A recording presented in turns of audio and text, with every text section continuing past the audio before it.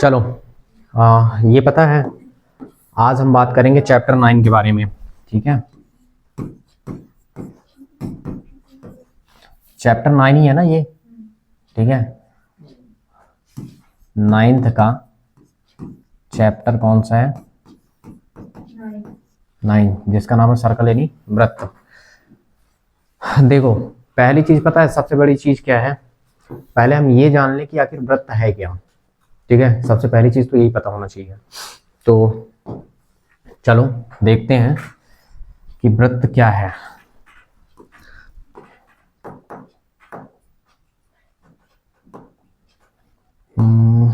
देखो समझने का प्रयास करना है। सोचो,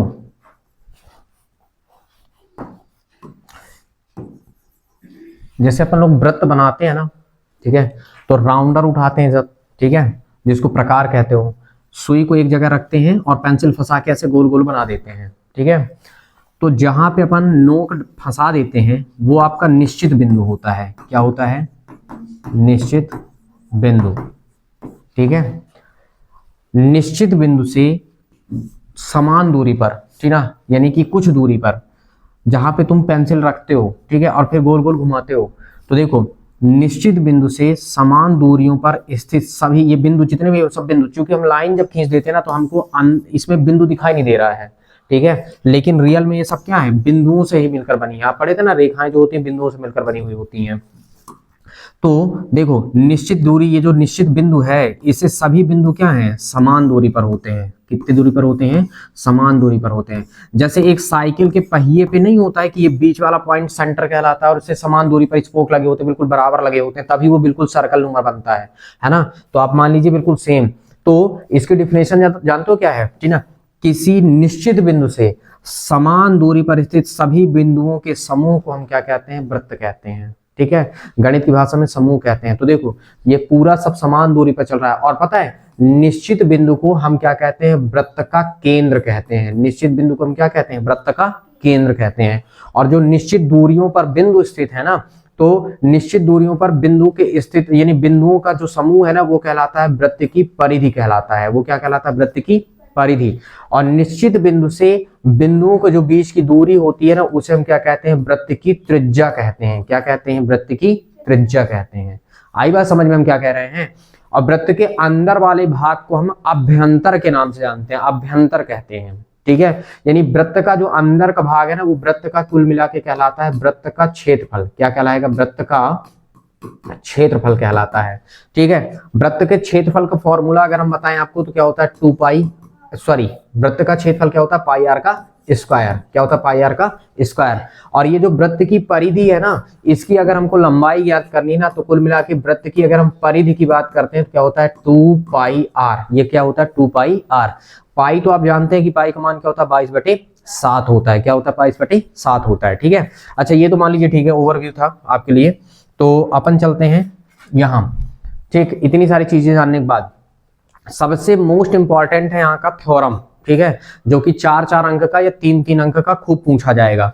जैसे यहाँ पे लिखा ना प्रमेय 9.1, चूंकि ये 9वें पार्ट का है, पहले 10वें चैप्टर में था, अब 9वें में है, ठीक है। और ये अपन नए सिलेबस के अकॉर्डिंग देख रहे हैं, ठीक है। क्योंकि अब यहाँ पे पता है ये प्रमेय लिख के नहीं आएगा आपके एग्जाम में, ठीक ना। वो पता है क्या लिखेगा? सिद्ध कीजिए वर्ड जोड़ेगा सामने, ठीक ना। सिद्ध कीजिए कि वृत्त की बराबर जीवाएं, ठीक है। अच्छा एक चीज और अपन देख लेते हैं, अगर हम बात कर रहे हैं किसके बारे में? जीवा के बारे में। तो देख लीजिए, ये जो वृत्त है ना, ये वृत्त को, ठीक है, काटने वाली जो रेखा होती है ना, उसी को हम कहते हैं जीवा कहते हैं। देखो अगर हम बात करें, जैसे ये सर्कल है, ठीक है, चलिए मान लीजिए ये आपका क्या है? सर्कल, वृत्त हुआ। अब इस वृत्त का ये क्या कहलाया? केंद्र। देखो वृत्त की परिधि को काटने वाली रेखा, ठीक ना, ये ऐसे काटती जाएगी तो ये सब जीवा कहलाती हैं। क्या कहलाती हैं? जीवा। और सबसे बड़ी जीवा, देखो जब हम ऊपर की ओर जाएंगे ना, तो सबसे बड़ी जीवा कहाँ से जा रही है? केंद्र से। और फिर उसके बाद क्या होने लग गया? जीवा की लंबाई क्या होने लग गई? घटने लग गई। घट रही कि नहीं घट रही है? सबसे बड़ी जीवा, ध्यान रखना, चाहे स्टार पॉइंट करके लिख भी लेना आप फिर, ठीक ना। सबसे बड़ी जीवा वृत्त के केंद्र से होकर के जाती है। कहां से जाती है? केंद्र से। सबसे बड़ी जीवा वृत्त के केंद्र से होकर के जाती है। और सबसे बड़ी जीवा को हम क्या कहते हैं? व्यास कहते हैं। क्या कहते हैं? सबसे बड़ी जीवा को हम क्या कहते हैं? व्यास कहते हैं, ठीक है। तो जो व्यास होता है ना, व्यास जो होता है, व्यास जो है, अगर हम देखिए व्यास त्रिज्या का 2 गुना होता है। त्रिज्या का क्या होता है? 2 गुना होता है। मतलब कि अगर हमारे पास त्रिज्या, आप पढ़े हैं चैप्टर 11 में पढ़ चुके हैं, बताया गया था कि चैप्टर उसमें त्रिज्या को अगर हम क्या करते हैं? दुगुना कर दें तो क्या बन जाता है? व्यास। और व्यास को आधा कर दें तो क्या बन जाता है? त्रिज्या। तो व्यास त्रिज्या का कितने गुना होता है? 2 गुना होता है। और अगर हम त्रिज्या की बात करें तो त्रिज्या क्या है होती है? तो बेटा जो त्रिज्या है वो क्या होती है? व्यास की आधी होती है। क्योंकि ये देखो बटन डाल दें तो क्या हो जाएगा? त्रिज्या जो है वो व्यास का आधा होता है, और जो व्यास होता है वो त्रिज्या का 2 गुना होता है, ठीक ना। ये भी दिमाग में चलना चाहिए, ठीक ना। अब देखो थ्योरम क्या कहेगा, प्रश्न क्या बनाएगा, प्रश्न बना के बोलेगा वो, ठीक है ना, कि वृत्त की बराबर जीवाएं केंद्र पर बराबर का कोण आंतरित करती हैं, ये आपको पता होना चाहिए। अच्छा ये तो मान लीजिए ठीक है, इसके लिए थोड़ी सी अपन और देख लेते हैं, ठीक ना। जब देख ही रहे हैं तो पूरा देख ही ले। आप ये पढ़े हैं ना त्रिभुज के सर्वांग समता नियम के बारे में आपने पढ़ा है। क्या क्या पढ़ा था? साइड साइड साइड, मतलब एस एस एस सर्वांग समता नियम। मतलब कि एस एस एस सर्वांग समता नियम क्या कहता है? काउंटेबल है ये। देखो काउंट कैसे करना? 3 भुजा, यदि पहले त्रिभुज की तीनों भुजाएं दूसरे त्रिभुज की तीनों भुजाओं के बराबर हो जाएं, आपने दिखा दिया, रीजन सहित दिखाना है ना, तुक्का मार्क नहीं दिखाना कि हमने ऐसे दिखा दिया, ठीक है। अगर आपने रीजन सहित बता दिया कि पहले त्रिभुज की सभी भुजाएं दूसरे त्रिभुज की सभी भुजाओं के क्या है, जैसे ये 2 त्रिभुज हुए, अगर पहले त्रिभुज की सभी भुजा दूसरे त्रिभुज की सभी भुजाओं के क्या है? बराबर हैं, तो ये दोनों त्रिभुज आपस में क्या है? सर्वांग सम है। सर्वांग सम का मतलब हूबहू फोटोकॉपी हो गए, ठीक है। तो इनके जो कोण होंगे वो ऑटोमेटिक इनके कोण के क्या होंगे? बराबर होंगे, संगत कोण के बराबर हो जाएंगे। क्लियर हुआ मैंने क्या कहा? अब देखिए क्योंकि इसकी आवश्यकता थी इसलिए मैंने अभी बता दिया, ठीक। अब यहाँ पे प्रश्न क्या कह रहा है? देखो प्रश्न को समझना है, हल करना है, ठीक ना। तो चलिए हम बात करते हैं यहाँ पे हल के बारे में, ठीक है। क्या कह रहा है प्रश्न? वृत्त की बराबर जीवाएं, बराबर जीवा मतलब 2 तो जीवा होना ही होना है, ठीक है। तो वृत्त की बराबर जीवाएं, तो ये लीजिए हम वृत्त बना लेते हैं। कहाँ पे बेटा? साइड में। ये हमने बना दिया वृत्त, ठीक है। अब वृत्त की बराबर जीवाएं, तो इसका मतलब वृत्त में जीवा भी होगी, ठीक है। तो हमने क्या किया? वृत्त में एक जीवा ये बना दिया और एक वृत्त में जीवा ये बना दिया, क्योंकि ये दोनों बराबर जीवाएं हैं। खुद भी प्रश्न कह रहा है ये लोग बराबर ही ले लेते हैं, इसी को कॉपी कर लेते हैं अपन, ठीक है। ये हमने कॉपी कर लिया,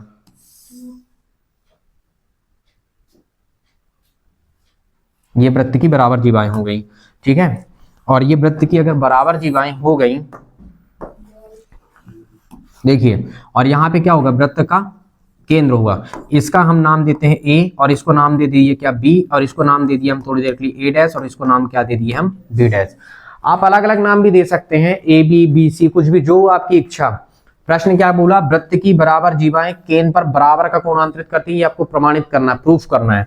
तो चलिए अब हम क्या करते हैं? मिला देते हैं। देखो हमने काम क्या किया, हम एक काम करते हैं कि यार हम यहाँ से लेके इसको मिला दिए केंद्र से, और इसको मिला दिए, इधर इसको मिला दिए और इधर इसको मिला दिए। ये हमारा क्या था? ये हमारा केंद्र था, ओ था। तो हमको 2 त्रिभुज दिखने लगा कि नहीं दिखने लगा? दिखने लग गया, ठीक है। अच्छा यहाँ अब हमको ये प्रमाणित करना है कि ये वाला जो कोण है इस वाले कोण के क्या होता है? बराबर होता है। मतलब इधर केंद्र में इधर भी बन रहा है, केंद्र में इधर भी बन रहे हैं, कोण बन रहा है, तो इधर वाला कोण इधर वाले कोण के क्या है? बराबर। ये प्रूफ करना। देखो वृत्त की बराबर जीवाएं केंद्र पर बराबर कोण आंतरित करती हैं। प्रश्न कहता है सिद्ध कीजिए, कि सामने लिखेगा सिद्ध कीजिए, सिद्ध कीजिए कि वृत्त की बराबर जीवाएं केंद्र पर बराबर का कोण आंतरित करती हैं। अब आपको ये प्रमाणित करके दिखाना है कि ये इधर वाला कोण इधर वाले कोण के बराबर है, और है तो क्यों है, ठीक है। तो आप ऐसा लिख सकते हैं, देखिए अगर आप चाहें तो लिख सकते हैं। अब बताया कि वृत्त की बराबर जीवा, ये पहले से प्रश्न में बता दिया गया है, मतलब दिया हुआ है कि हम ये लिख सकते हैं कि दिया है क्या है? वृत्त का केंद्र O है तथा क्या है? ए बी, और ए डैश बी डैश क्या है? 2 बराबर जीवाएं हैं, ठीक है। ये प्रश्न में देखो भले अब नाम नहीं दिया है कि तुमको नाम देने जाएगा कि नहीं O ही मानो कि ए डैश मानो बी डैश मानो, ऐसा तो नहीं बोलेगा, लेकिन दिया तो है, ठीक है, कि वृत्त की बराबर जीवाएं मतलब 2 जीवाएं होंगी जो बराबर होंगी, केंद्र पर बराबर का कोण आंतरित कर रही हैं, ठीक ना। ये आपको सिद्ध करने के लिए बोल रहा है, ठीक है। सिद्ध करना है आपको कि वृत्त की बराबर जीवाएं जो होती हैं वो केंद्र पर क्या करती है? बराबर का कोण आंतरित करती हैं। तो चाहे आप मान लीजिए कि माना क्या है तुम्हारे पास? ओ वृत्त का केंद्र है और ए बी और ए डैश बी डैश 2 के यहाँ बराबर जीवाएं हैं। अगर आपको मानना है तो आप मान ले सकते हैं ऐसे, माना, क्या मानेंगे आप? माना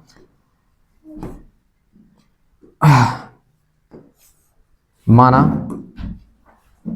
वृत्त का केंद्र O तथा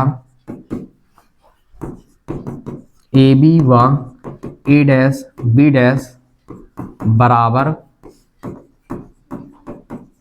जीवाएं हैं। ठीक है, ये हमने मान लिया। या फिर आप लिख सकते हैं मानने के केस में, कई तरीके से आप मान सकते हैं, मानने के केस में कोई वो नहीं है। ठीक है, आप अपने हिसाब से भी मान सकते हैं जो मानना होगा आपको। ठीक है, अब देखो मान लिया हम कि माना वृत्त का केंद्र वो था क्या है, ए बी व ए डैश बी डैश क्या है, बराबर जीवाएं हैं। तो दिया क्या है इसमें, ठीक है, वो ये बता रखा है, पहले से बता रखा है, दिया है देखो बराबर जीवाएं, मतलब ए बी जो है वो किसके बराबर है, ए डैश बी डैश के बराबर है, वो पहले से बता रखा है। ठीक है, अच्छा सिद्ध क्या करना है, तो देखो सिद्ध करना है, सिद्ध करना है, ये करना लिखा हूं ना, सिद्ध करना है।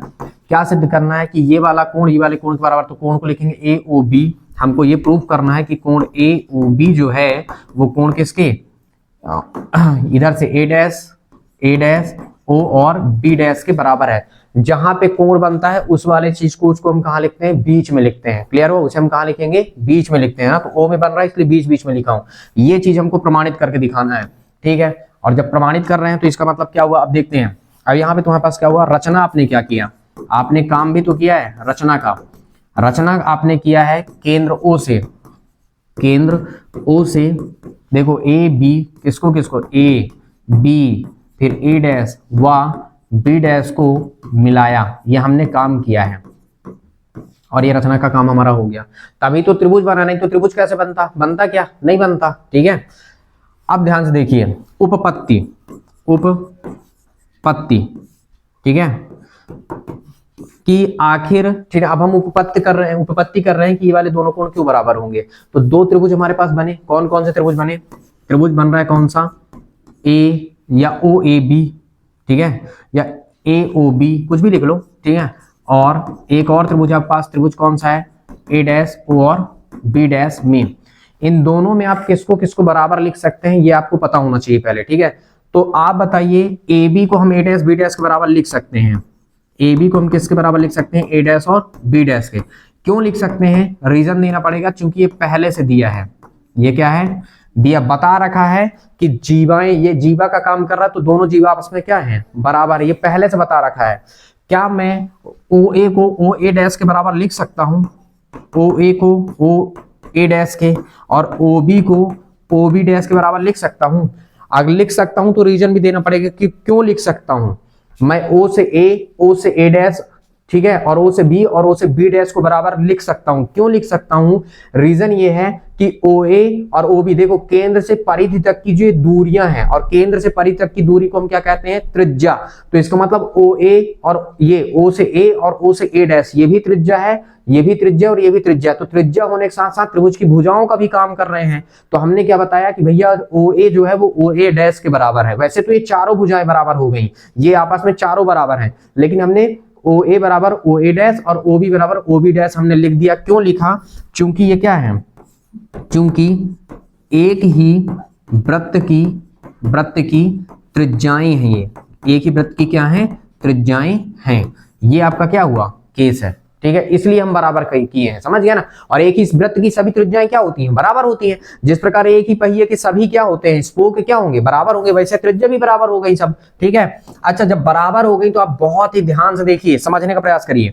मतलब एक हिसाब से हम देखें तो त्रिभुज की तीन भुजा A B O A O B, A B O A O B, इधर की तीनों भुजाएं, मतलब इस त्रिभुज की तीनों भुजाएं उस त्रिभुज की तीनों भुजाओं के क्या हो गए, बराबर हो गए।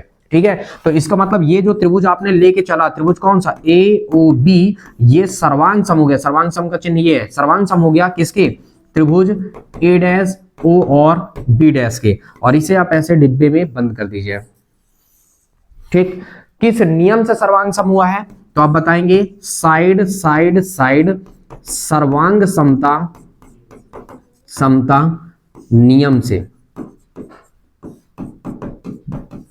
अगर एक बार सर्वांग सम प्रूफ हो गया, ठीक है, अगर मान लीजिए एक बार सर्वांग सम प्रूफ हो गया, तो सर्वांग सम का मतलब होता है हूबहू फोटोकॉपी। ठीक है ना, सर्वांग सम का मतलब होता है फिर सारी चीजें उसकी बराबर होंगी। मतलब अब इसके सभी कोण क्या होंगे, इसके सभी कोण के क्या होंगे, बराबर होंगे। क्योंकि त्रिभुज में देखो 3 भुजाएं होंगी, 3 कोण होंगे। तो जब एक बार ये इसके सर्वांग सम हो गया, मतलब एक दूसरे के फोटोकॉपी है, तो इसका मतलब क्या हो, इसके सभी कोण, जब सभी भुजाएं सभी भुजाओं के बराबर है तो इसका मतलब सभी कोण जो होंगे सभी कोण के बराबर होंगे। लेकिन हमको सभी कोण नहीं लेना है, सिर्फ गिन के एक ठोक कोण लेना है, शीर्ष वाला मतलब ऊपर वाला कोण लेना। तो लास्ट में सिर्फ आप इतना लिखेंगे। आता है जो सिद्ध करना था ना, कौन सा कोण सिद्ध करना था, वो वाला AOB, मतलब ये था ना AOB, क्या हुआ, कोण A डैश O और B डैश के क्या हो गया, बराबर हो गया। और यहाँ पे आप लिख सकते हैं क्या, PROVED प्रूव्ड, या फिर आप हिंदी में लिख सकते हैं, हिंदी स्टेटमेंट भी आपको लिखना है तो लिख सकते हैं। क्या लिखोगे आप हिंदी स्टेटमेंट में, देखो अतः वृत्त के, देखो क्या लिखोगे, अतः वृत्त की बराबर जीवाएं केंद्र पर बराबर का कोण अंतरित करती हैं। कभी कभी सत्य सत्य में भी आ जाता है कि केंद्र की बराबर जीवाएं क्या करती हैं, केंद्र पर बराबर का कोण अंतरित करती हैं। तो हाँ ये बात भी क्या है, सत्य है, ठीक है, ध्यान रखना है। और ये हमको ऐसे करना है, आई बात समझ में कैसे करना है, ठीक है। नेक्स्ट कॉन्सेप्ट अगर हम बात करते हैं तो नेक्स्ट कॉन्सेप्ट में आप देखिए 9.2 जस्ट अपोजिट, ठीक है। क्या दिया गया है, देखिए बोल रहा है यदि एक वृत्त की जीवाओं द्वारा केंद्र पर आंतरिक कोण बराबर है। यहां पे क्या बताया, यहां पे ये बता रहा है कि वृत्त की, देखो प्रश्न को समझो पहले, सिद्ध करने के लिए बोलेगा, सिद्ध कीजिए कि यदि वृत्त की बराबर जीवाओं द्वारा केंद्र पर आंतरिक कोण बराबर हो। मतलब प्रश्न क्या कह रहा है, पहले प्रश्न को समझना है। एक वृत्त की बराबर जीवाओं द्वारा केंद्र पर आंतरिक कोण बराबर हो, मतलब कि जीवा केंद्र पर बराबर कोण बना रही है, ठीक ना। केंद्र पर जो कोण बना रही है वो क्या है, बराबर है बिल्कुल। लेकिन जीवा बराबर है कि नहीं ये नहीं पता है, ठीक ना। लेकिन क्या बोला गया है कि केंद्र जो जीवा कोण बना रहा है वो कोण बराबर है, तो जीवाएं बराबर होती हैं। अब तुमको ये बताना है कि जो दो जीवाएं हैं, प्रश्न का कहना है, बात समझो, प्रश्न ये कह रहा है भैया एक तो वृत्त है, वृत्त का केंद्र है और ये दो जीवा है, ठीक है। लेकिन हमको ये नहीं पता कि जीवा बराबर है कि नहीं है। लेकिन ये जीवाएं जो हैं वो केंद्र पर बराबर का कोण अंतरित कर रही है, मतलब ये वाला कोण ये वाला दोनों कोण आपस में क्या है, बराबर। तो तुम ये प्रूव करके दिखाओ कि ये वाली जीवा जो है वो इस वाले जीवा के क्या है, बराबर है। प्रश्न का कहना यह है, अपोजिट है। अभी क्या था कि दो बराबर जीवा थी तो केंद्र पर दिखाओ कि कौन बराबर बना रहा है। अब केंद्र पर बराबर कौन बन रहा है तो तुमको ये दिखाना है कि जीवा क्या है, बराबर है। सेम से पैटर्न पे करना है, ध्यान से देखना। आप क्या बनाएंगे, डायग्राम भी लगभग आपका सेम ही बनेगा, ठीक ना, कोई दिक्कत ही नहीं है।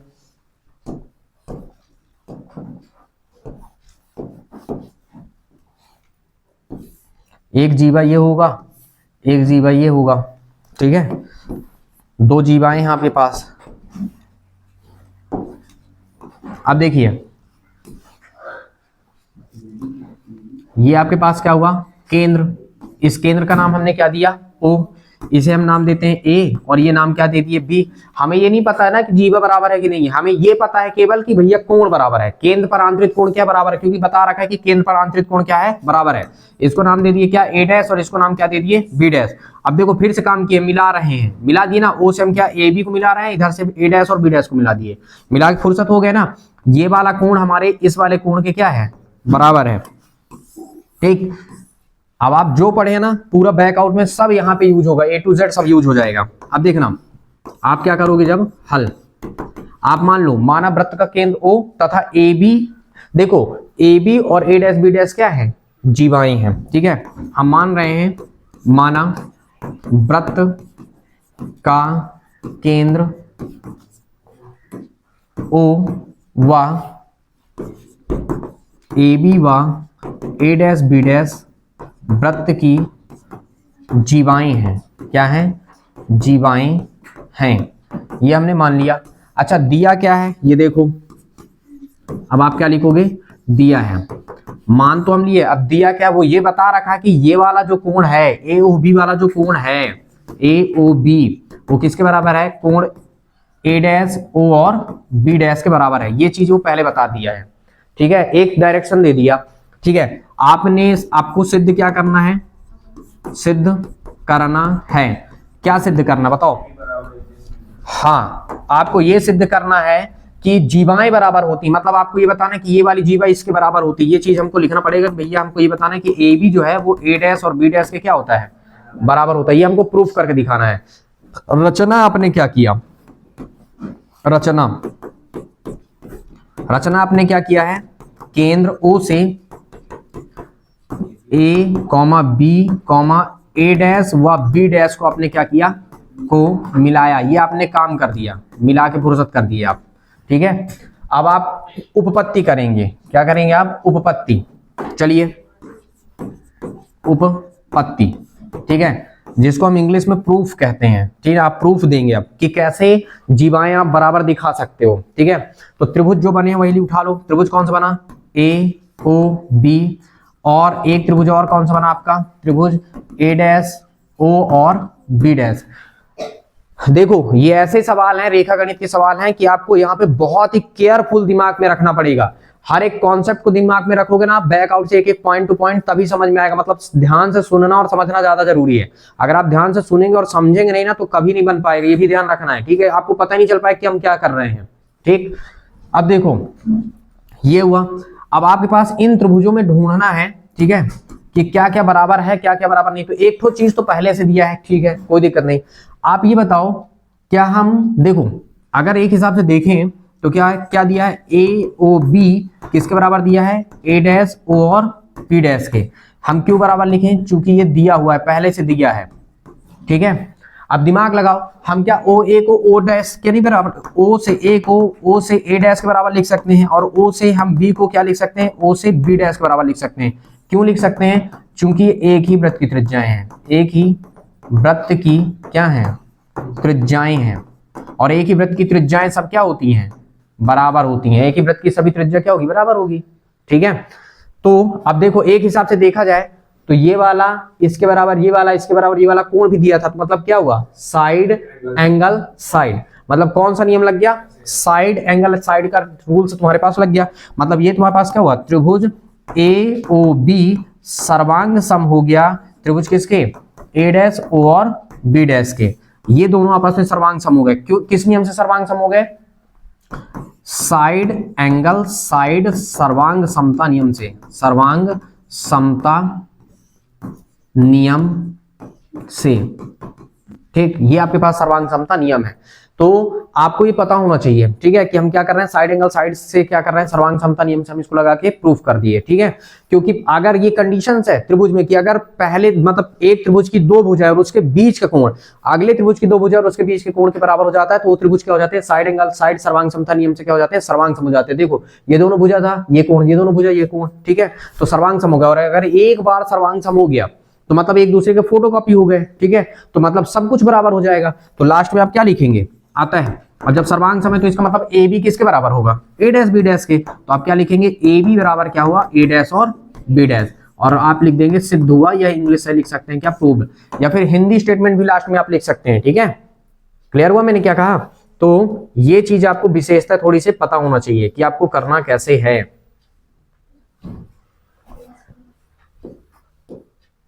बन जाएगा, ठीक। तो ये था। अच्छा सेम चीज, अच्छा सर्वांग समता के बारे में अगर हम बात करें आपसे थोड़ी से, ठीक है, सर्वांग समता तो आप जान गए, लेकिन एक सर्वांग समता का हम एक और आपको थोड़ी से ओवरव्यू देते हैं कि सर्वांग समता क्या कहलाता है, ठीक है। सर्वांग समता, और एक और वर्ड मैं लिख लेता हूं स्पेशली, समरूप, ठीक है। समरूप, दो शब्द लिख दिया मैंने, ठीक है। समरूप का क्या मतलब है और सर्वांग समता का क्या मतलब, ये दोनों चीजें आपको जानना बहुत ज्यादा जरूरी है, ठीक है, कि सर्वांग समता और समरूप की मतलब सर्वांग सम और समरूप क्या होते हैं। चलो मैं एक एडिशनल पेज ही ले लेता हूं तो ज्यादा अच्छा रहेगा।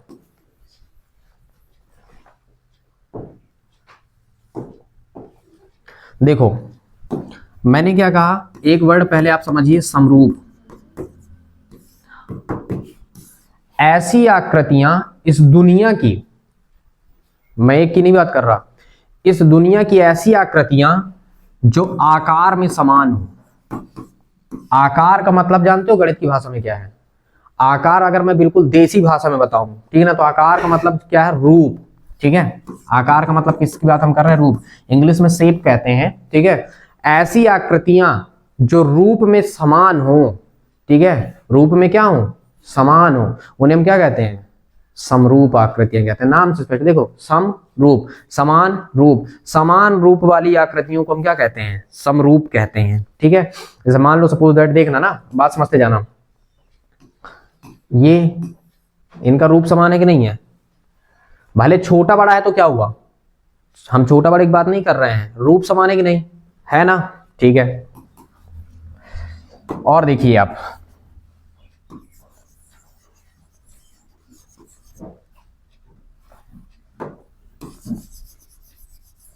मैजिकल पेन का यूज करते हैं।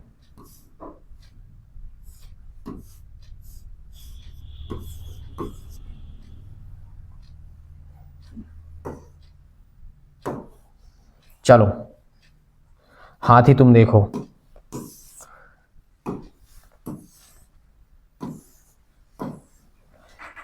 तुम हाथी से समझो। हाँ, दोनों का रूप समान है कि नहीं है, है।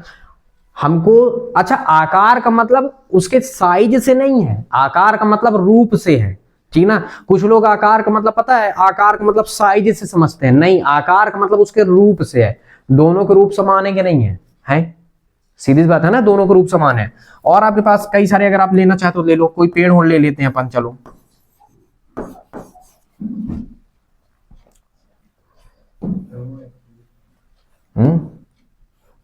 एक ये है, एक ये है।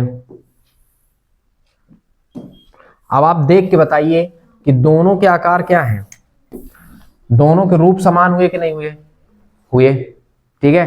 तो ये समरूप आकृतियां हैं, ये क्या हैं, समरूप आकृतियां हैं। आई बात समझ में हम क्या कह रहे हैं। तो समरूप आकृतियों की अगर हम बात कर रहे हैं ना, तो समरूप आकृति में अगर हम बात किए, एक ये उठा लेते हैं भाई साहब को, ठीक। अब आप ये देखिए,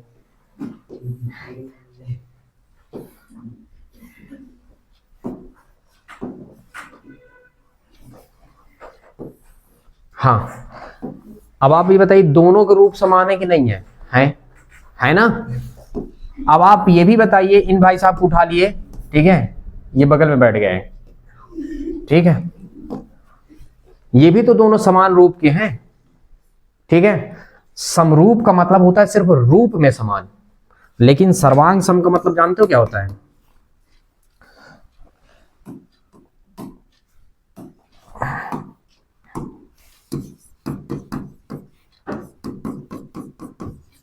सर्वांग सम का मतलब होता है रूप और साइज,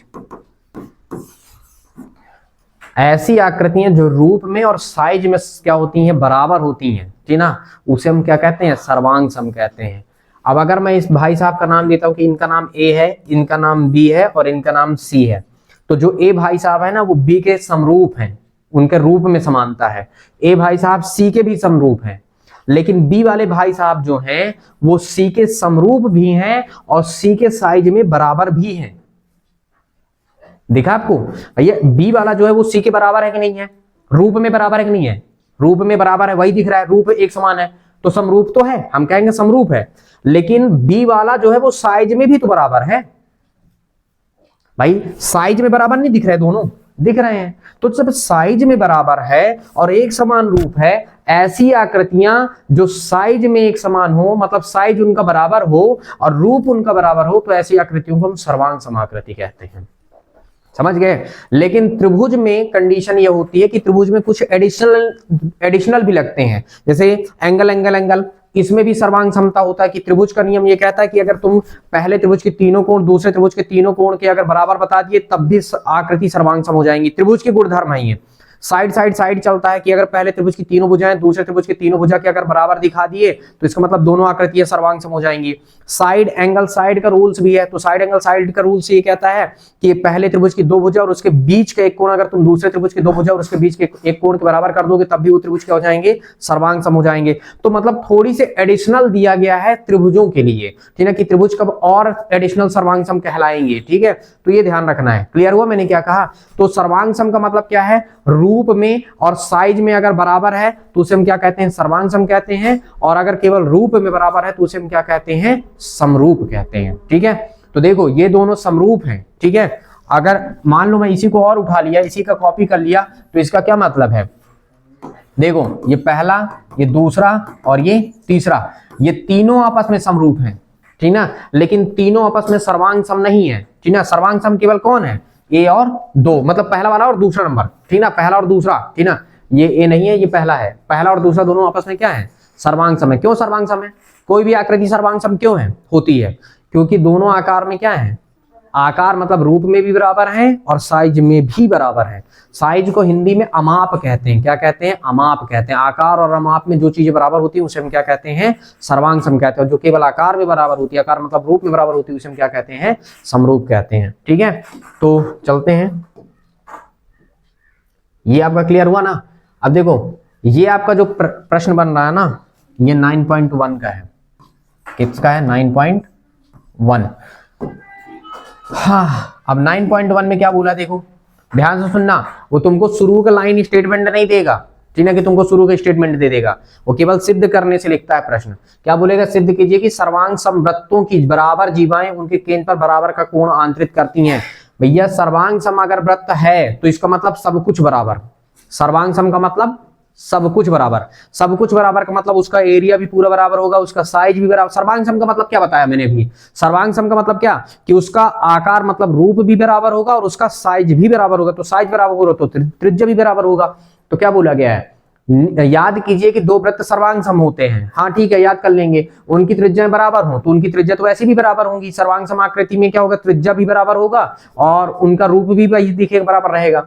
सिद्ध कीजिए कि सर्वांग समवृत्तों की बराबर जीवाएं केंद्र पर बराबर का कोण आंतरित करती है। मतलब सर्वांग समवृत्त बोल दिया तो हमको दो वृत्त बनाना पड़ेगा। सेम प्रोसीजर है पर डबल बनाना पड़ेगा। देखो तो हम यहाँ पे दो वृत्त बना लेते हैं। ये एक पहला वृत्त है और सर्वांग सम बोला है चूंकि, तो हम बिल्कुल हूबहू उतना ही बड़ा फिर से बना लेते हैं। ये हमारा दूसरा वृत्त है। इसको हम नाम दे देते हैं फर्स्ट और इसको नाम दे देते हैं सेकंड। अब देखो सर्वांग समवृत्त तो है, ठीक है, बिल्कुल सही है। और ये भी बताया है, सिद्ध कीजिए सर्वांग समवृत्तों की बराबर जीवाएं, दोनों की जीवाएं क्या है, बराबर है। मतलब ये वाली जीवा और इसी की कॉपी करके लिख के यहाँ पे शिफ्ट कर देते हैं। ये वाली जीवा, ये दोनों जीवाएं क्या है, बराबर हैं। तो अब आपको ये प्रूफ करके दिखाना है कि केंद्र जो इनके हैं, केंद्र पर बनने वाले जो कोण है वो दोनों आपस में क्या है, बराबर। तो इसको हम इससे ये मिला दिए, इसको नाम देते हैं ओ, इसको नाम दे देते हैं ओ डैश, और ये तो हमारे पास क्या हो गया, इसको नाम दे दिए क्या, ए डैश, और इसको नाम दे दिए बी डैश, और इसको नाम दे दिए ए, और इसको नाम क्या दे दिए, बी। मतलब पहले वृत्त यानी सर्वांग समवृत्त है तो बराबर तो है, ये तो कंफर्म है, लेकिन हमको लिख के तो दिखाना पड़ेगा। ठीक है, तो आप कैसे लिखेंगे, आप मानेंगे कि माना चीना, क्या मानेंगे, वृत्त पहला और दूसरा क्या है, मतलब कि दो सर्वांग, नंबर 1 और नंबर 2 डाल देंगे। अभी मैं लिखने का तरीका बताता हूं। दोनों क्या है, सर्वांग समवृत्त हैं। ठीक है, तो अगर सर्वांग समवृत्त हैं तो उनकी जीवाएं भी बराबर होंगी, सब कुछ बराबर होगा। ठीक है, बस लिख के दिखाना, कुछ नहीं करना तुमको। तो यहाँ पे जब तुम क्या करोगे, हल करोगे, तो आप क्या लिखोगे, लिखोगे क्या, माना वृत्त नंबर 1 व वृत्त नंबर 2, 1 और 2, ठीक ना, सर्वांग समवृत्त हैं। क्या है, सर्वांग समवृत्त हैं।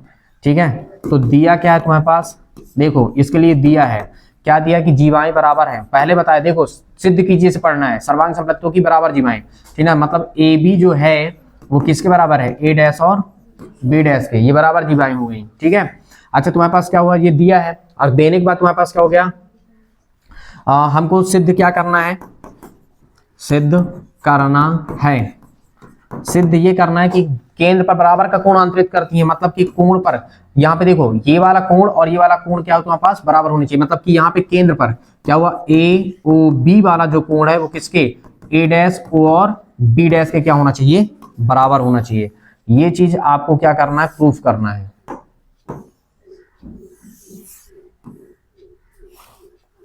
थोड़ी दूर कर देते हैं ये, ठीक है, ये प्रूफ करना है आपको। अब देखिए प्रूफ तो आपको करना है, ठीक है, अच्छी बात है। अब रचना आपने क्या किया, आपने रचना भी तो कुछ किया है कि नहीं किए हो ना रचना।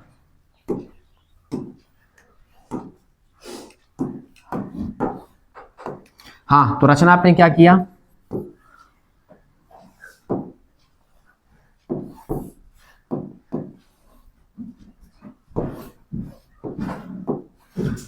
आपने क्या किया, केंद्र ओ से ए, देखो ए व बी को तथा केंद्र ओ डैश से ए डैश व बी डैश को मिलाया। ये हमने क्या किया, काम किया है, मिलाया, खड़ी पाई। बस क्लियर हुआ मैंने क्या कहा? सेम पैटर्न है, बस ये है कि वृत्त अलग अलग हो गया है। ठीक है, बाकी करना सेम है। हमने यहाँ से इसको मिला दिया, ये सब मिला के हमने रेडी कर दिया। ठीक है, अब हम बात करते हैं किसके बारे में? उपपत्ति, प्रूफ के बारे में। व्युत्पत्ति भी लिख सकते हो, उत्पत्ति भी लिख सकते हो, जो लिखना है, या उपपत्ति लिख दो। ठीक ना। अब देखो एक त्रिभुज क्या दिखा तुमको? त्रिभुज ओ ए बी व त्रिभुज ए डैश बी डैश। ठीक है, नाम देते हैं ओ डैश ए डैश बी डैश में, ओ डैश ए डैश और बी डैश में। अच्छा, दोनों में क्या क्या बराबर हो सकता है? चलो बताओ। इधर देखना, ए बी किसके बराबर है? A B A dash B dash के क्यों बराबर है? चूंकि पहले से ये दिया है। क्या मैं ओ ए को उधर के ओ ए डैश के बराबर लिख सकता हूं और ओ बी को हम ओ बी डैश के बराबर लिख सकते हैं? क्यों लिख सकते हैं? क्योंकि पहले इंस्ट्रक्शन दे रखा है कि सर्वांग समवृत्त की त्रिज्याएं क्या होती हैं? बराबर होती हैं। ठीक है, तो आप बताओगे सर्वांग समवृत्त की त्रिज्या है, चूंकि क्या है? सर्वांग समवृत्त की क्या है? ये त्रिज्याएं हैं, ये सर्वांग समवृत्त की त्रिज्याएं हैं। तो इसका मतलब क्या हुआ? त्रिभुज ओ ए बी सर्वांग सम हो गया त्रिभुज किसके? ओ डैश ए डैश और बी डैश के। किस नियम से सर्वांग सम हुआ? ये पहले की सभी भुजाएं दूसरे की सभी भुजाओं के क्या हो गया? बराबर। साइड साइड साइड सर्वांग क्षमता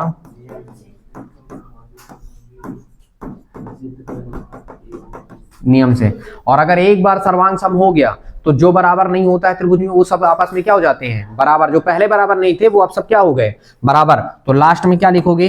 अतः कोण कौन सा? ए ओ बी किसके बराबर हुआ? ए ओ बी किसके बराबर हो गया? कोण ए डैश ओ डैश और बी डैश के। और ये क्या हुआ? पी आर ओ भी ई डी, प्रूव। और लास्ट में लिख भी सकते हो क्या? अतः सर्वांग समवृत्तों की, ठीक ना, सर्वांग समवृत्त के वृत्तों की जो जीवाएं होती है वो केंद्र पर बराबर का कोण आंतरित करती हैं। ठीक है, बस। हाँ हाँ, दिखाना पड़ेगा, तभी तो लिखने का तो मेन तरीका ही है। ठीक है, सर्वांग सम बोला है तो बताया भी तो है, बन जाएगा। ठीक है, अब इसी तरह एक और है, तो उसमें पता है साइड एंगल साइड का लगेगा, जैसे उस वाले में लगा था वैसे इसमें भी लगेगा फिर अब। ठीक है, ये देखिए, देखो इसमें आधा दिया है सर्वांग सम के लिए, यहां से भी बोला है ना सिद्ध करने के लिए। सिद्ध कीजिए कि सर्वांग समवृत्तों की जीवाएं केंद्र पर बराबर कोण आंतरित करती हैं तो जीवाएं बराबर होती हैं। फिर से बताया है कि जीवाएं बराबर करना है आपको। चलो फिर से देखते हैं।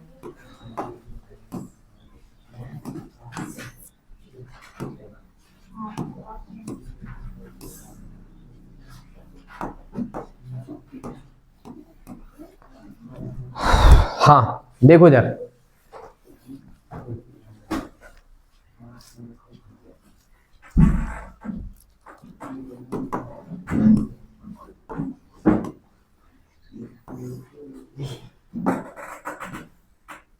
ये जीवाएं हैं।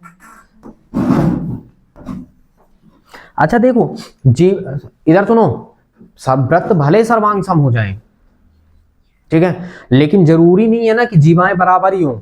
जीवा बराबर नहीं हो सकती, त्रिज्या बराबर हो सकते हैं। अब मान लो, दिमाग लगाओ, जैसे मान लो ये सर्वांग सम है, ये सर्वांग सम है, और यहाँ पे केंद्र, ये बिल्कुल केंद्र के पास से गया, तो ये जीवा तो बड़ी हो गई ना, और ये दूर से, ये दूर है, तो केंद्र से अगर दूर है तो जीवा छोटा हुआ कि नहीं हुआ? तो सर्वांग समवृत्तों की जीवाएं और मतलब सॉरी सर्वांग समवृत्तों का क्षेत्रफल और त्रिज्या बराबर होता है, मतलब त्रिज्या बराबर होता है, जीवा बराबर नहीं होता, ये ध्यान रखना। जीवा तुमको बराबर प्रूफ करके दिखाना है अब यहाँ पे, ठीक है, कि जो कोण बनाया गया है वो कोण मतलब कि जीवाएं बराबर हैं कि नहीं है, ये प्रूफ करके दिखाना है। तो देखो इसको हम नाम दिए ओ, और जीवा का नाम दे दिए क्या? वही ए और बी मिला भी दिए। इसको नाम दिए ओ डैश, और इसको नाम दे दिए, जीवा का नाम ए डैश और बी डैश नाम दे दिए, और इसको यहाँ से क्या कर दिए? मिला दिए, पहला नंबर मान लिए, और ये वृत्त क्या मान लिए? सेकंड मान लिए। अब मानेंगे क्या? देखो ये तो बताया है कि वृत्त सर्वांग सम है, तो हम यहाँ पे क्या लिखेंगे? हल। और हल में आप क्या लिखोगे? माना, ठीक है, पहला वृत्त एक और वृत्त दो क्या है? सर्वांग सम वृत्त है। माना वृत्त नंबर 1 व 2 क्या है? सर्वांग सम वृत्त हैं। क्या है? सर्वांग समवृत्त हैं। क्लियर हुआ? वृत्त नंबर 1 और वृत्त नंबर 2 दोनों आपस में क्या है? सर्वांग समवृत्त हैं। और अगर ये सर्वांग समवृत्त है तो इसमें दिया क्या है? फिर अब देखो दिया है, क्या दिया है कि ये वाला जो कोण है, बताया ना, देखो जीवाएं आंतरिक क्या कर रही हैं, केंद्र पर यानी जीवाओं द्वारा केंद्र पर आंतरिक कोण क्या है, बराबर है। तो मतलब ये वाला कोण और ये वाला कोण बराबर है। कौन कौन सा, O और O डैश बराबर है। तो इसको लिखेंगे कैसे, कोण AOB किसके बराबर है, कोण A डैश O डैश और B डैश, ये आपस में क्या है, बराबर है। ठीक, इसको थोड़ी सी और दूर कर देता हूं चित्रों को, ये लो, ठीक, साइड में बनाना है कॉपी में। अच्छा, आपने क्या किया, सिद्ध क्या करना है आपको, सिद्ध करना है, ये सिद्ध करना है कि इधर वाला जो AB है उधर वाले A डैश और B डैश के क्या है, बराबर है, ये बराबर होना चाहिए। ये आपको प्रूफ करके दिखाना है। आपने रचना क्या किया, रचना का काम तो आपका सेम था, क्या था बताइए। केंद्र, पहले बार में आपने क्या किया, केंद्र O से A व B को तथा केंद्र, दूसरा केंद्र क्या है, केंद्र O डैश से A डैश व B डैश को मिलाया, ये आपने काम किया है, ठीक है, रचना का काम किया। अब हम बात करते हैं किसके बारे में, उपपत्ति के बारे में, ठीक है। ये सब ऐसे टॉपिक बन के चलेंगे, ध्यान रखना, ठीक है, टॉपिक बना के ही लिखना होगा आपको। अच्छा, उपपत्ति में आपके पास कितने त्रिभुज बन गए, दो त्रिभुज, त्रिभुज कितने बने, दो, कौन कौन सा, त्रिभुज OAB, और एक त्रिभुज और कौन सा बना आपके पास उधर, O डैश A डैश और B dash, O dash A dash और B डैश। जब भी मैं त्रिभुज का नाम लूं ना तो तुरंत त्रिभुज में ध्यान जाना चाहिए कि कहां से हम उठा लिए हैं, ठीक है, ध्यान देना। अब देखो, देखते हैं क्या मैं इनको कौन कौन से बराबर, क्या मैं देखो एक चीज तो पहले दिया है कि O जो है O डैश के बराबर, मतलब ये वाला कोण उसके बराबर, मतलब हमारे पास दिया वाला उठा लो, AOB जो है वो किसके, A डैश O डैश और B डैश के क्या है, बराबर है। कहां से बराबर दिखाए, क्योंकि ये पहले से दिया है। अब सर्वांग समवृत्त की त्रिज्याएं क्या होती, बराबर होती है, तो मैं दिखा दूं कि OA जो है वो OA डैश के बराबर है, मतलब OA जो है वो किसके बराबर हुआ, O डैश A डैश के, और जो OB है वो किसके बराबर हुआ, O डैश और B डैश के। क्यों लिखे बराबर, चूंकि क्या सर्वांग समवृत्त की त्रिज्याएं हैं, सर्वांग समवृत्त की क्या है, ये त्रिज्याएं हैं, त्रिज्याएं हैं, ये हमारे पास कंडीशन है कि ये क्या है, सर्वांग समवृत्त की क्या है, त्रिज्या, और सर्वांग समवृत्त की त्रिज्या हमेशा क्या होती है, बराबर होती हैं। तो अब आपको नहीं दिख रहा कि ये भुजा और इसके बीच का कोण, ये भुजा इसके बीच के कोण की क्या हो गया, बराबर, मतलब डबल भुजा और एक ठो एंगल है। तो इसका मतलब ये क्या हुआ, त्रिभुज OAB सर्वांग सम हो गया किसके, त्रिभुज O डैश A डैश और B डैश के, ये आपस में क्या हो गए, सर्वांग सम हो गए। किस नियम से हुए, साइड एंगल साइड सर्वांग समता नियम से। और एक बार अगर सर्वांग सम हो गए तो इसका क्या मतलब है कि जो चीजें बराबर नहीं होंगी वो सब, मतलब आप सब बराबर हो चुका है, ठीक है, सर्वांग सम हो गया मतलब सब बराबर हुआ।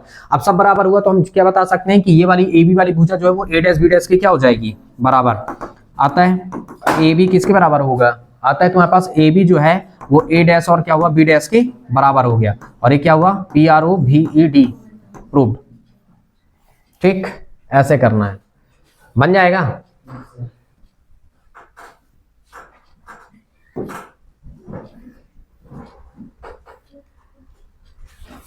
ठीक, ये चार तुम्हारे पास मतलब 9.1 तुम्हारे पास क्या हो गया, क्लोज हो गया, ठीक है।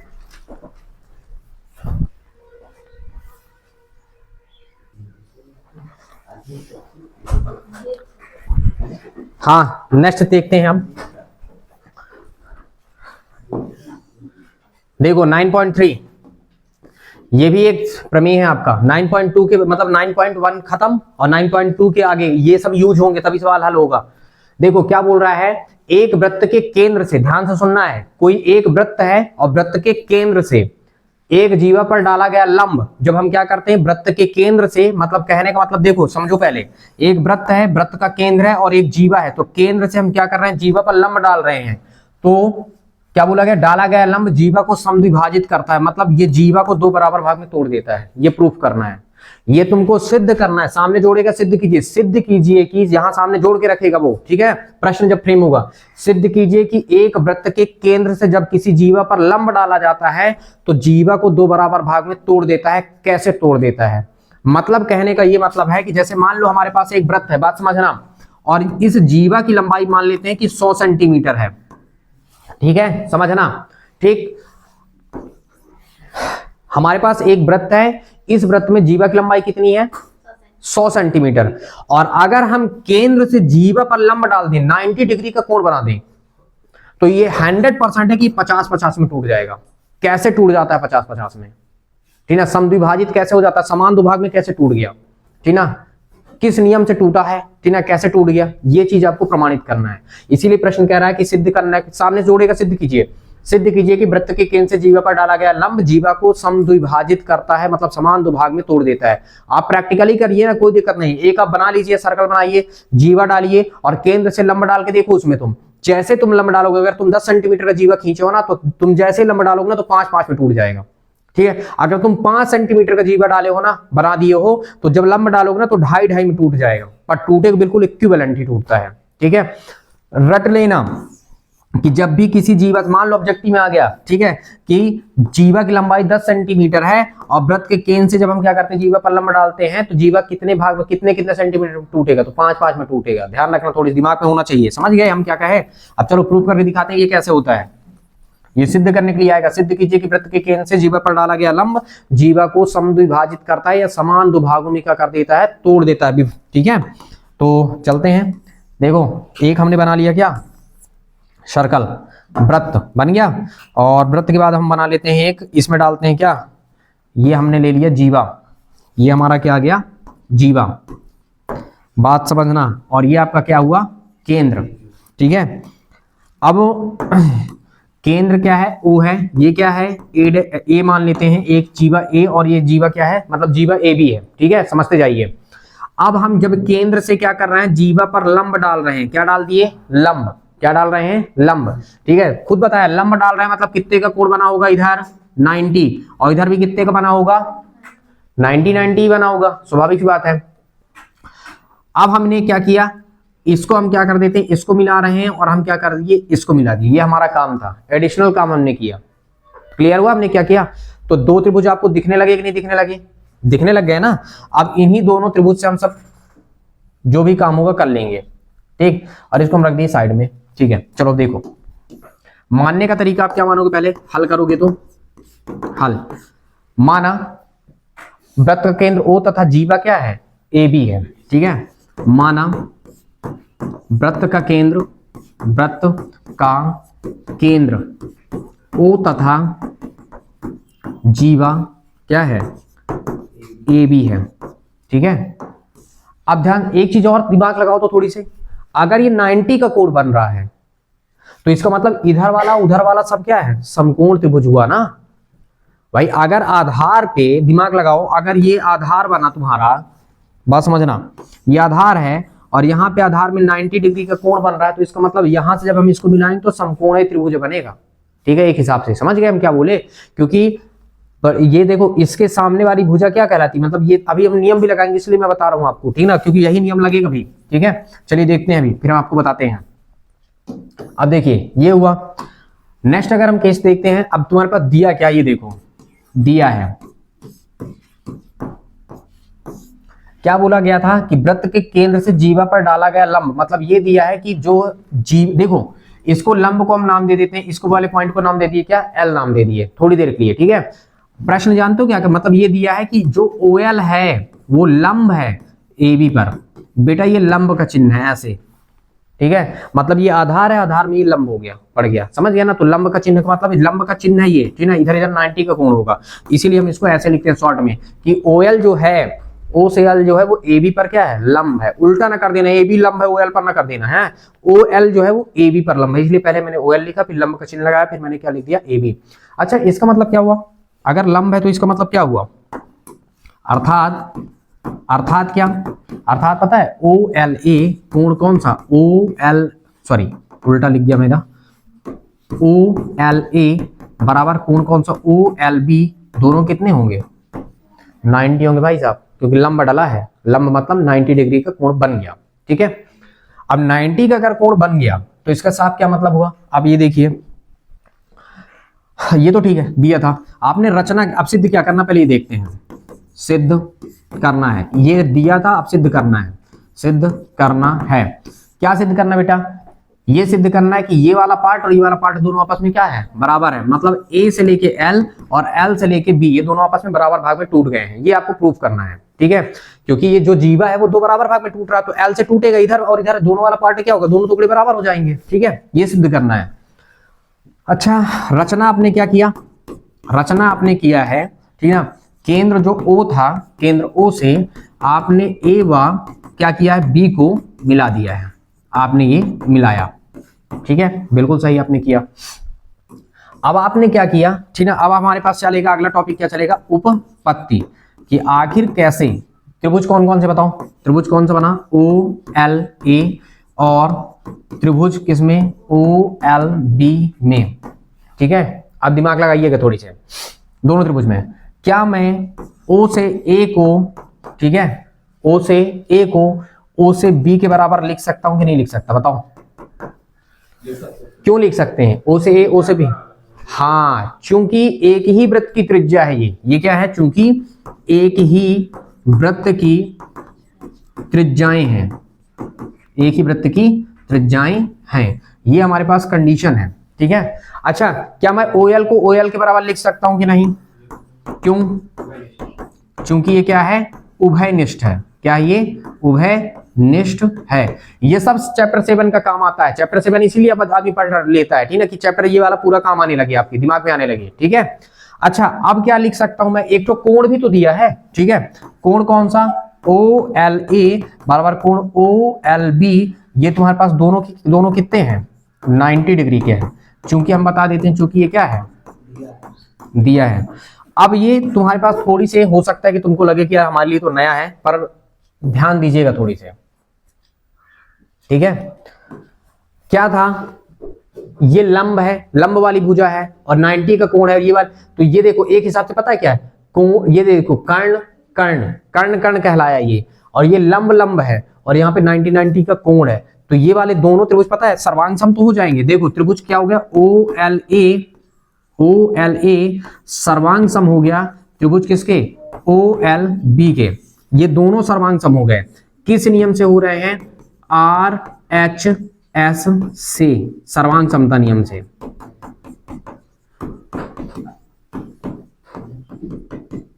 सर्वांग समता नियम से, ठीक है। RHS सर्वांग समता ये कहता है तुम्हारे पास, ठीक है। देखिए R तुम्हारे पास क्या हुआ, RH और S, ठीक ना, सर्वांग समता तुम्हारे पास कहेगा, ठीक, मैं तुमको दिखाई देता हूं तो ज्यादा अच्छा रहेगा, दिखाना बुक थोड़ी से, ठीक है, बुक दिखाओ, देखना, कंफ्यूजन भी तुम्हारा दूर हो जाएगा और काम भी हो जाएगा। सर्वांग समता नियम आपने कहां पढ़ा था, चैप्टर 7 पे ना, 7 पे है ना, चलिए देखिए,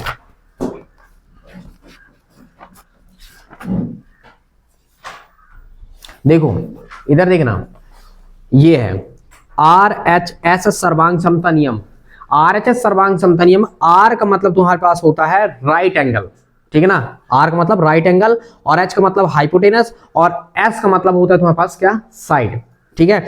मतलब नियम क्या कहता है कि यदि दो समकोण त्रिभुजों में, कितने, ये दो समकोण त्रिभुज है, यदि दो समकोण त्रिभुज में एक त्रिभुज का कर्ण दूसरे त्रिभुज के कर्ण के बराबर हो, ठीक है, नियम ये कहता है RHS नियम कि यदि दो समकोण त्रिभुज, तो ये तो समकोण ही है ना, 90 बन गया, तो यदि दो समकोण त्रिभुजों में पहले त्रिभुज समकोण त्रिभुज का कर्ण दूसरे समकोण त्रिभुज के कर्ण के बराबर और लंब लंब के बराबर और 90 का कोण आपस में बराबर है, तो दोनों त्रिभुज आपस में क्या हो जाते हैं, सर्वांग सम हो जाते हैं। किस नियम से, RHS, ठीक ना, राइट एंगल हाइपोटेनस साइड से बराबर हो जाते हैं, ठीक ना। और एक बार कोई भी अगर सर्वांग सम हो गया तो इसका क्या मतलब है कि जो बराबर नहीं होता वो सब क्या हो जाते हैं, आपस में बराबर हो जाते हैं। तो आप ये कह सकते हैं कि अतः, ठीक ना, अब पता है A से L, मतलब ये वाली जो भुजा है, ये वाली भुजा की क्या हो जाएगी, बराबर हो जाएगी, तो अतः AL किसके बराबर हो गया, LB के, और ये क्या हुआ तुम्हारे पास, PROVED, प्रूव, ठीक।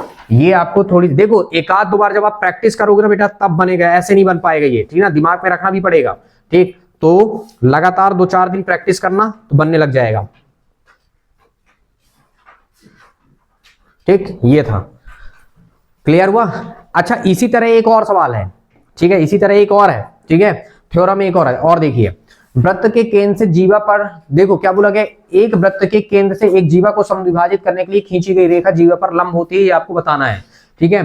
क्या बता दिया कि वृत्त के केंद्र से, ठीक है, वृत्त के केंद्र से जीवा को समद्विभाजित करने के लिए, मतलब जीवा को दो बराबर भाग में ही तोड़ रहा है, तो क्या होता है, खींची गई रेखा क्या होती है, जीवा पर लंब होती है। ये आपको क्या करना है, प्रमाणित करना है। सेम सिचुएशन है, क्वेश्चन है ये, ठीक।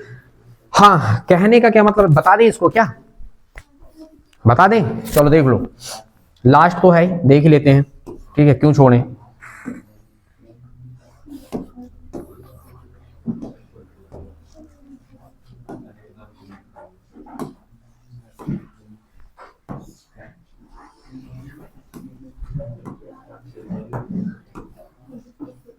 देखो इधर, अगर हम बात करते हैं एक वृत्त के केंद्र से, तो ये हमारा क्या है, वृत्त का केंद्र हो गया, मान लिए वृत्त का क्या है, ये केंद्र। एक वृत्त के केंद्र से जीवा को समद्विभाजित करने के लिए, मतलब ये हमको पता है कि जीवा दो बराबर भाग में टूट रहा है, ये कंफर्म हो गया। यहीं पे बता दिया ना कि जीवा को समद्विभाजित करने के लिए, मतलब जीवा दो बराबर भाग में ही टूट रहा है, मतलब यहां से जब हम क्या कर दिए, लंब, मतलब कुल मिला के यहां से हम लाइन खींच रहे हैं, तो ये वाला टुकड़ा इस वाले टुकड़े के क्या हो गया, बराबर हो गया, ये प्रमाणित हो गया, ठीक है। अब इसको हम नाम देते हैं कि ये ए है, ये एल है, और ये क्या है, बी। मतलब हमको ये पता चल गया कि अगर हम केंद्र से जीवा को समद्विभाजित करने के लिए एक रेखा खींच दी, ओएल हम रेखा खींच रहे हैं, ठीक है। तो अब हमको ये प्रूफ करना है कि ये जो ओएल रेखा है वो रियल में लंब है, 90 डिग्री का कोण बना रही, तभी समद्विभाजित कर रही है, ठीक है। तो चलिए देखते हैं, खींच दिए। अब हमने क्या किया, ओ से ए मिला दिया और ओ से हमने क्या कर दिया, बी मिला दिया। तो हमारे पास क्या हुआ, जब इसको हम करेंगे क्या, हल, तो हम मानेंगे, क्या मानेंगे, माना वृत्त का केंद्र, वृत्त का केंद्र ओ तथा जीवा क्या है, तथा जीवा ए बी है। जीवा क्या है आपके पास, ए बी है। अब देखो यहां पे क्या दिया है, प्रश्न पहले ही बता रखा है, प्रश्न में सब छुपा रहता है बेटा, दिया है क्या, दिया कि ए से लेके एल जो है वो एल से बी के बराबर है, समद्विभाजित करने के लिए हम रेखा खींच रहे हैं, ठीक है। मतलब ए बी को समद्विभाजित करने के लिए ओएल रेखा खींचा, ठीक है। ये हमने काम कर लिया, तो इसका मतलब ए से एल और एल से बी क्या है, आपस में बराबर, दो बराबर पार्ट में टूट गया है, ठीक है। अब आप ये बताइए, दिमाग लगाइए, नॉर्मल सी बात है, बहुत आसान समझ में आएगा आपको। अच्छा, आपको सिद्ध क्या करना है बताओ, सिद्ध करना है, क्या सिद्ध करना है कि ओएल जो है, मतलब ओएल जो है वो लंब है किस पर, ए बी पर, ठीक है। मतलब हमको ये सिद्ध करना है कि ओएल जो है वो ए बी पर क्या है, लंब है। मतलब क्या है, अर्थात आप ये कह सकते हैं, अर्थात